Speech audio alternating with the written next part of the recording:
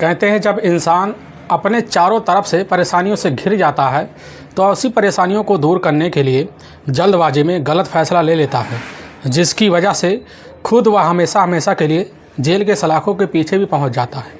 आज के घटना में सेम ऐसा हुआ, जिसकी वजह से न सिर्फ 2 व्यक्ति हमेशा हमेशा के लिए इस दुनिया को छोड़ के चले जाते हैं, बल्कि कई लोग जेल के सलाखों के पीछे भी पहुंच जाते हैं। आज की घटना में क्या था और क्या हुआ, इस घटना की आप पूरी सच्चाई जानने के लिए इस वीडियो को आप लास्ट तक ज़रूर देखिएगा। नमस्कार दोस्तों, मैं प्रदीप कुमार आपको इस टेढ़ी बात चैनल पे मैं स्वागत करता हूं। दोस्तों आज की यह जो सच्ची घटना है, यह घटना है मध्य प्रदेश। और मध्य प्रदेश का जाना माना शहर पड़ता है भोपाल, और ठीक उसी का एक थाना लगता है चूना भट्टा, और ठीक उसी के पास एक कॉलोनी पड़ता है कोलौर कॉलोनी। मैं बात कर रहा हूँ 18 मार्च 2020 का दिन होता है। उसी कोलौर सोसाइटी में जो होता है लगभग 7 बजे का आसपास का शाम का टाइम होता है। तभी वहाँ पर एक महिला एक गली में जा रही थी और उसी के पीछे 2 व्यक्ति आए और धड़ाधड़ उस महिला के ऊपर काफ़ी बार तेज़धार हथियार से वार करने लगे। तभी वह महिला चीखने चिल्लाने लगे, जिसकी वजह से आस पड़ोस के लोग सुनकर इकट्ठा हो गए और दोनों व्यक्ति फरार होने लगे। तभी उन्हीं में से एक व्यक्ति पीछे रह गया। अब उस व्यक्ति को लोगों ने पकड़ा और उसके ऊपर काफ़ी ज़्यादा प्रहार किए, जिसकी वजह से वह व्यक्ति भी छूट छाड़ के अपने आप को बचा के वह फरार भी हो गया। लेकिन जैसे ही पता चला उस महिला के ऊपर काफ़ी तेज़धार वार की वजह से वह तो उसी समय जो है उसकी मौत हो गई। तो लोगों में काफ़ी अफरा तफरा मच गया, जिसकी वजह से तुरंत अपने नज़दीकी पुलिस थाने चूना भट्टी में फ़ोन कर दिया जाता है। वहाँ पर टैनी SDPO ऋचा जैन होती है अधिकारी। उनके कानों में जैसे अखबार पहुँचती है, तुरंत ही अपने दल बल की टीम जो होता है उसी जो होता है कोलौर सोसाइटी में पहुँचती हैं। और जैसे पहुँचती देखती काफ़ी ज़्यादा भीड़ लगा हुआ है, उस भीड़ को हटाती हैं। हटाने के बाद लोगों से पूछताछ लग जाती है, तो लोग जो होते हैं अलग अलग जवाब देना भी शुरू कर देते हैं। महिला को जो होता है ऋचा जैन काफ़ी करीब से देखते हैं कि उसके गले में काफ़ी ज़्यादा हार भी है और पैरों में काफ़ी ज़्यादा बिछिया भी लगी हुई हैं, और वह सब सोने के हैं। तो तुरंत ही ऋचा जैन पहचान जाती है कि इस महिला जो है काफ़ी पहुंची हुई महिला है, ज़रूर जो है किसी ने हत्या के मकसद को इस घटना को अंजाम दिया है। ऋचा जैन वहाँ में से व्यक्तियों में से पूछने लग जाती है इस महिला का नाम क्या है। तो वहाँ पर खड़ी महिला होती है, वह कहने लग जाती है साहब इस महिला का नाम है राधा, जो हमारे ही इलाके में अपने पैसा लेने के लिए कई बार आया जाया करते थे।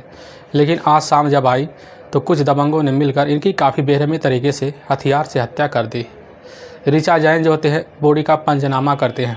पंचनामा करने के बाद उठाकर उस बॉडी को अपने ही नज़दीकी सरकारी अस्पताल में मर्चरी में भिजवा देती है। अब इस केस की सूचना जो होता है अपने से बड़े अधिकारी को भी दे देती है, ताकि इस केस को काफ़ी कड़े एंगल से छानबीन किया जाए। वहाँ पर थाना प्रभारी पहुँच जाते हैं। पहुँचने के बाद जो होता है लोगों से पूछने लग जाते हैं कि आखिर बिना पर हो सकता है या कौन कर सकता है। उन्हीं में से व्यक्ति अभी कहने लग जाते हैं कि साहब यार राधा यादव जो है, राधा यादव हमारे ही इलाके में जो गरीब कॉलोनी है, इसी गरीब कॉलोनी में पैसे लेने के लिए आते हैं, क्योंकि काफ़ी लोगों को पैसे दे भी रखे हैं, जिसकी वजह से हो सकता है किसी का रंजिश हो। थाना प्रभारी के मन में एक सूझता है। उसी समय राधा यादव ने जितने लोगों को कर्जा दे रखा था उसी कॉलोनी का सबका जो होता है लिस्ट बनवाते हैं, और लिस्ट बन भी जाता है। तभी लिस्ट में जो होता है लगभग पता चलता है कि इस कॉलोनी में राधा यादव ने लगभग 20 लाख रुपया बांट रखा है, और इसी वसूली के लिए आते रहते हैं। लेकिन जैसे ही पता चला कि कोई भी घर नहीं बचा है इनके कर्जे से, तो पुलिस और भी चौंक जाती है। चौंकने की वजह से लोगों से पूछताछ भी शुरू कर देती है। घर घर जाकर काफ़ी वक्त तो पूछताछ करती है, लेकिन कहीं पर कोई राधा के बारे में हत्यारे का पता भी नहीं चलता है। ना चलने की वजह से पुलिस जो होती है सबसे पहले राधा का लास्ट कॉल डिटेल देखा जाता है। उसी कॉल डिटेल में यह पता चलता है राधा का उसी रात, यानी कि जिस दिन घटना हुआ था कुछ ही घंटे पहले उसी इलाके की रहने वाली काफ़ी सारी महिलाएं थीं जो राधा से बात की थी। पुलिस जाती है, राधा से बात की हुई महिलाओं से बात करना शुरू कर देती है और करने भी लगती है। हर महिलाएं जो है अपना हितैषी बताकर उनसे इनकार कर जाते हैं कि मैम हमारा इसमें कोई हाथ नहीं है। पुलिस के ना कोई सबूत मिलने की वजह से पुलिस काफ़ी हैरान हो जाती है। तभी जो होता है भारत में लॉकडाउन का माहौल भी आ जाता है, क्योंकि मार्च का उसी महीने में घोषणा भी हो चुका था लॉकडाउन के लिए, जिसकी वजह से पुलिस अब इस केस को काफ़ी शांत समझने लगती है। तभी 21 मार्च 2020 का दिन होता है। उसी दिन जो होता है पुलिस इस केस की छानबीन करने के लिए जो होता है मुखबिर बिछाती है, ताकि पता चले क्या इनके साथ किसी की रंजिश ज़्यादा थी जो इनके साथ ऐसा काम किया। खबरी भी जाते हैं, लेकिन जो होता लॉकडाउन की वजह से खबरी इर्द गिर्द के इलाके में कोई खबर नहीं लगा पाते हैं। और तभी 23 मार्च 2020 का दिन होता है। उसी दिन जो होता है उसी चूना भट्टी का पास एक नाला पड़ता है, काफ़ी गहरा नाला होता है। वहीं पर एक कबाड़ी वाला जा रहा होता है, उसकी नज़र जो होता है उसी नाले में देखता है तो वहाँ पर एक डेड बॉडी पड़ा हुआ है, सिर्फ सर और हाथ दिखाई दे रहा है। तुरंत इसकी सूचना जो होता है उसी समय अपने नज़दीकी पुलिस थाने में दे देता। जैसे देता तो वहाँ के जो होते हैं नज़दीकी थाने के थाना प्रभारी इस केस को जो होता है चूना भट्टी का मामला समझकर, क्योंकि उसका जो हिस्सा होता है आधा वह चूना भट्टी के थाने में आता है, इसीलिए चूना भट्टी की टीम वालों को खबर दे दिया जाता है। और जाते हैं तो वहीं पर डेड बॉडी को बाहर निकालते हैं। देखते हैं उसका हाथ जो होता है काफ़ी बुरी तरह से जख्मी हुआ है। जख्मी होने के बावजूद उसका चेहरा काफ़ी बुरी तरह से एकदम देखा जाए तो बिगड़ सा चुका था, काफ़ी दिन हो सकता है सड़ने की वजह से। पुलिस जो होती है उस बॉडी को बाहर निकलवाती है। निकलवाने के बाद उसका जब चेक करना शुरू कर देती है तो उसमें एक आधार कार्ड निकलता है।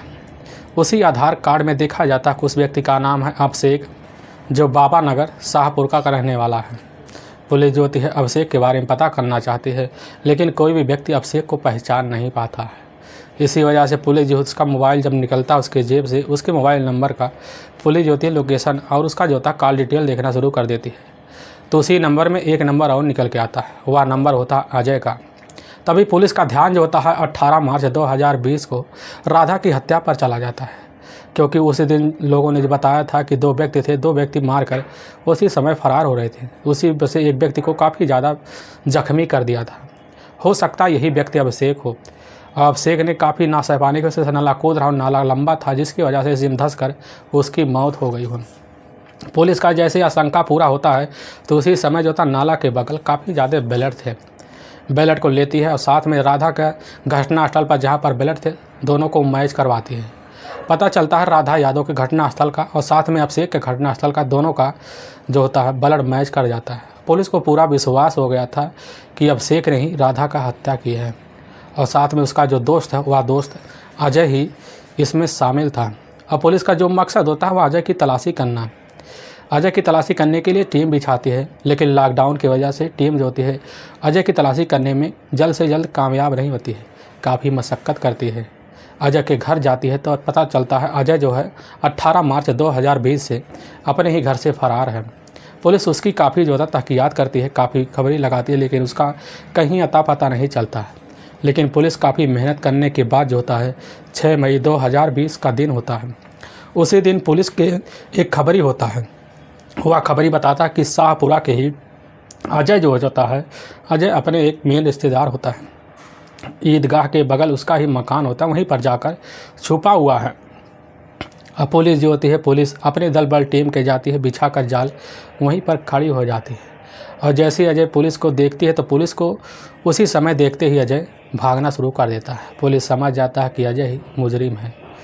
पुलिस अजय को अपने कस्टडी में लेती है। कस्टडी में लेने के बाद जो होता है उसको थाने ले आती है।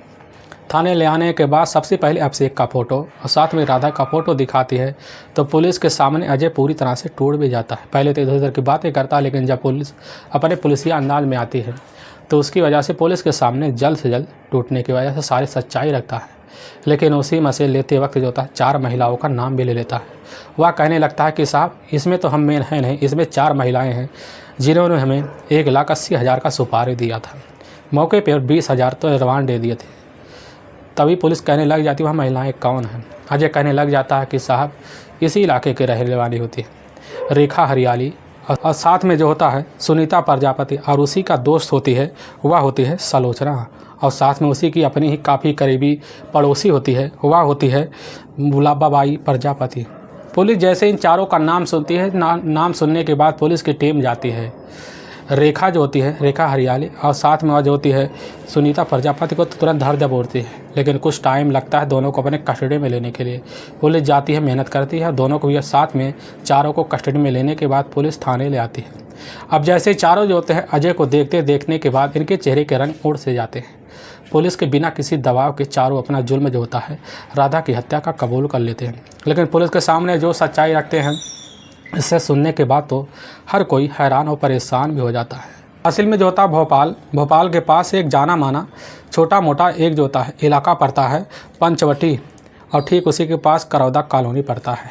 वहीं के रहने वाले होते हैं राजेंद्र उर्फ राजन, जिसकी उम्र होती है लगभग 42 साल के आसपास। और उन्हीं की पत्नी होती है राधा यादव, जिसकी उम्र होती है लगभग वही 36 साल के आसपास। राधा यादव के टोटल 2 बच्चे भी होते हैं। राजेंद्र जो होता है, राजेंद्र असल में उसका जो मेन मकसद होता है वह होता है LIC का काम करना। LIC का काम करने के बाद जो होता है एजेंट बन गया। धीरे धीरे एजेंट बनते ही काफ़ी ज़्यादा पैसे कमाने लगा। धीरे धीरे जो होता है राधा यादव और राजेंद्र के बीच की जो ज़िंदगी थी काफ़ी अच्छी चलना भी शुरू हो जाता है। दोनों बच्चे जो होते हैं, बड़ा बेटा जो होता है लगभग 18 साल का हो गया होता है और छोटा बेटा लगभग 16 साल का हो जाता है।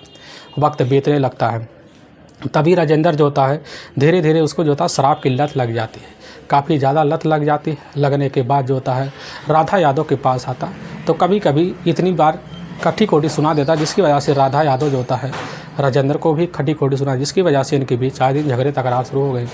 झगड़े तकरार का मामला हर रोज़ इनका होने लगा। होने की वजह से राजेंद्र जो होता है एक दिन अपनी पत्नी राधा को छोड़कर वह कहीं भाग जाता, जिसके बाद दोबारा कई दिनों तक वापस नहीं आता था। और इसी राजेंद्र की वजह से उसके जो पिता होते हैं वह पिता काफ़ी चिंता में पड़ जाते हैं कि हमारा बेटा कहाँ चला गया। और इसी सदमे को ना बर्दाश्त कर पाने की वजह से इस दुनिया को छोड़ के चले जाते हैं। अब जाने की वजह से अपने पीछे काफ़ी ज़्यादा खेती, लगभग 15 बीघा खेती छोड़ के गए थे। इन्हीं खेती का जो मालिक नहीं होता है वह हक जो होता है राधा यादव को मिल जाता है। राधा यादव अपने बच्चों के गुजर बसर करने के लिए जो होता है अपने खेत को बेच देती हैं। काफ़ी ज़्यादा उनको पैसा भी मिलता है। उसी पैसे को जो होता है अपने ही छोटे कॉलोनी, जो गरीब कॉलोनी थे, उसी में छोटे छोटे लोगों को पहले पैसा भी देना शुरू कर देते हैं। पैसों को ब्याज पे देती हैं, जिससे उनके पास धीरे धीरे ब्याज आना भी शुरू हो जाता है। धीरे धीरे जो होता है राधा का मन बनना शुरू हो जाता है। कहा भी जाता है लगभग 50 लाख रुपया राधा यादव ने लोगों को बांट रखे थे और 20 लाख तो उसी करोड़ कॉलोनी को बांट रखे थे। लेकिन जब राधा यादव पैसे के लिए जाती, अगर कोई आनाकानी करता, तो राधा यादव जो होती है अपनी ऐसी दमकई दिखाती, उसकी वजह से हर कोई उनके आगे घुटने टेक दे देता है। खड़े खड़े लोगों का, बड़े बड़े लोगों का कार, यहाँ तक घर भी नीलाम करवा देती थी। इसी वजह से राधा यादव को लोग दबंग चाची भी बोलते थे। दबंग चाची के बोलने के बाद हर कोई इनसे नाम से भी डरता था। राधा यादव की इसी से काफ़ी ज़्यादा लोग परेशान हो गए थे, क्योंकि राधा यादव का यह नियत होता था, अगर कोई भी राधा यादव से ब्याज पे पैसे ले लेता था तो उनका जो था मूल चुकाने के बाद भी ब्याज लगाकर पैसे उससे वसूलती थी, जिसकी वजह से इनके लोग काफ़ी ज़्यादा परेशान हो गए। इसी परेशानी के चलतन जो होती है काफ़ी करीबी जो महिला होती है रेखा हरियाली जो होती है सुनीता, वह होती है साथ में जो होती है उन्हीं की सहेली होती है, और साथ में जो होता है सुलोचना, और साथ में जो होती है वह होती है भूलाबाई, और साथ में जो होता है कुछ दोस्त होते हैं। काफ़ी ज़्यादा उनसे परेशान हो गए थे पैसे देते देते। इसीलिए पैसे से छुटकारा पाने के लिए जो होता है चारों महिलाएं मिलकर जो होता है वह राधा यादव की हत्या का प्लान बनाते हैं। इसी प्लान को कामयाब करने के लिए जो होता है रेखा का एक काफ़ी करीबी दोस्त होता है, उन्हीं का साला का ही दोस्त होता है, वह होता है अभिषेक, और साथ में अजय। दोनों से मिलकर वह बातें करते हैं। दोनों बातों में जो होता है लगभग 1,80,000 रुपये की मांग कर देते हैं। चारों महिलाएं जो होती हैं पैसे को इकट्ठा करके लगभग 20,000 रुपये थे उसी समय अभिषेक को दे देते हैं। अभिषेक को सारा जो होता है प्लान बता देते हैं। प्लान के तहत जो होता है इस काम को करने के लिए काफ़ी समय का इंतज़ार भी करती हैं। तभी साथ में वह जो होती है रेखा हरियाली और साथ में वह जो होती है सुनीता, दोनों मिलकर काफ़ी इस काम घटना को अंजाम देने के लिए शातिर प्लान भी बनाते हैं। 18 मार्च 2020 का दिन होता है, लगभग वही शाम का टाइम होता है। उसी समय रेखा जो होती है राधा यादव के पास फ़ोन करती हुआ कहती है कि हमारे पास जो होता है तुम्हारे पैसे पड़े, आकर ले जाओ।